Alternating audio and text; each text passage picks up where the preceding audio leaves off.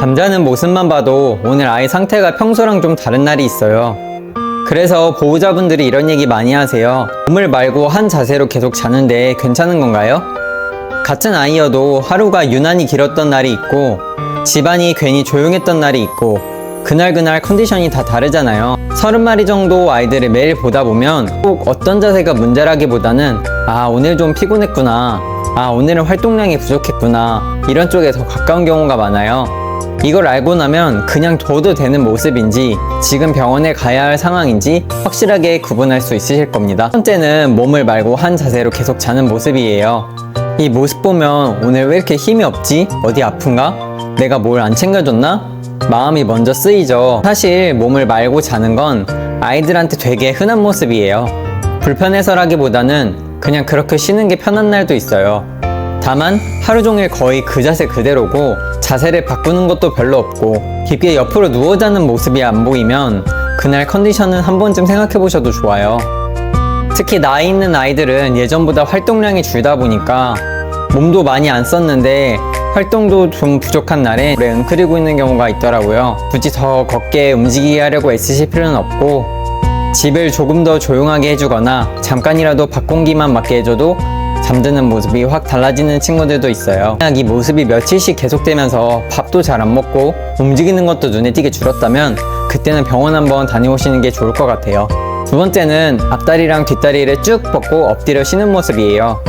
자고 있는 것 같긴 한데 가까이 가보면 눈만 살짝 감고 있는 경우가 많죠. 이건 깊게 자는 모습은 아니고 그냥 잠깐 쉬고 있는 상태에 가까워요. 이 자세가 유난히 오래 보이는 날은 산책이나 놀이가 좀 부족했던 날이랑 겹치는 경우가 꽤 있었어요. 여기서 산책을 더 시켜야 하나요? 하고 바로 걱정부터 하시는데 꼭 그렇지만은 않아요.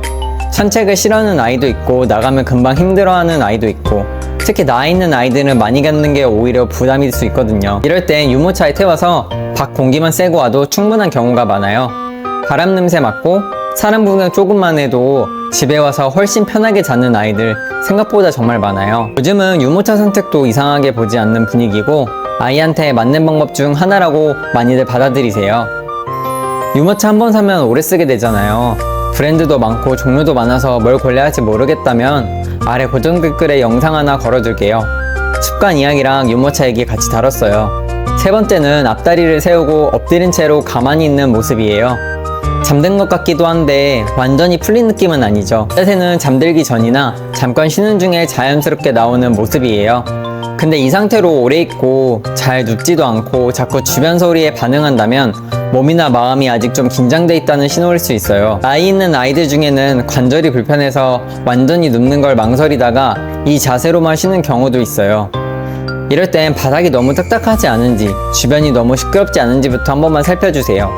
그리고 이 자세가 계속되면서 일어날 때 불편해 보이거나 절뚝거리는 모습이 같이 보이면 그땐 병원에서 한번 봐주시는 게 좋아요.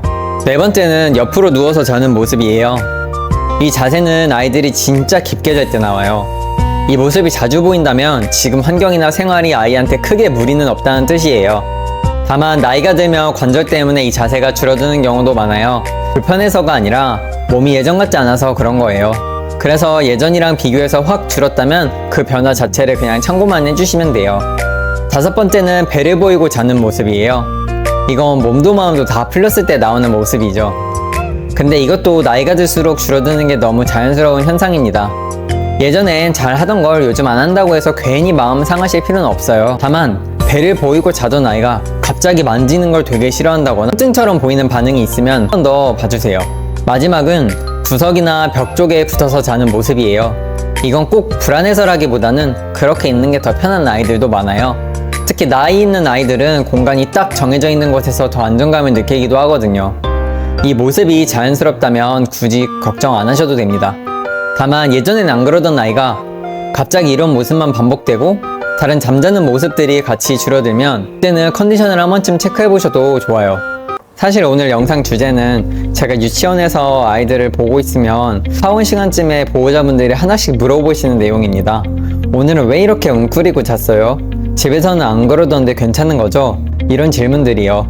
처음에는 그냥 그날 상황 설명해 드리면 되는 줄 알았어요. 오늘은 좀 많이 놀아서 그렇다. 오늘은 분위기가 조용해서 그런 것 같다. 이렇게요. 근데 시간이 지나니까 질문 내용은 조금씩 달라도 결국 다 같은 걱정이시더라고요. 내가 뭘 놓치고 있는 건 아닐까? 지금 이 상태를 그냥 둬도 되는 걸까? 이 두 가지였어요. 그리고 그 걱정이 특별한 보호자한테만 있는 게 아니라 정말 많은 분들한테 공통으로 있다는 걸 느꼈습니다. 그래서 어느 순간부터는 이걸 그때그때 설명하는 게 아니라 한 번은 차분하게 정리해서 같이 이야기해보고 싶다는 생각이 들더라고요. 오늘 영상도 그 질문들에서 시작한 이야기예요. 누가 잘했고 못했고가 아니라 이럴 땐 이렇게 보면 된다. 이 정도만이라도 같이 공유하고 싶었어요. 오늘 이야기한 것들 어느 하나만 보고 문제다 아니다 딱 잘라 말할 수 있는 건 없어요. 결국 중요한 건 그 아이가 평소랑 어떻게 달라졌는지예요. 산책도 마찬가지예요. 많이 걷는 게 아니라 아이한테 맞는 방식이면 충분해요. 오늘은 아이 잠자는 모습 한 번만 조용히 지켜봐 주세요. 그거 하나만으로도 아이 입장에선 충분히 사랑받는다고 생각할 수 있습니다. 영상 봐주셔서 감사합니다. 오늘도 아이와 행복한 하루 되세요.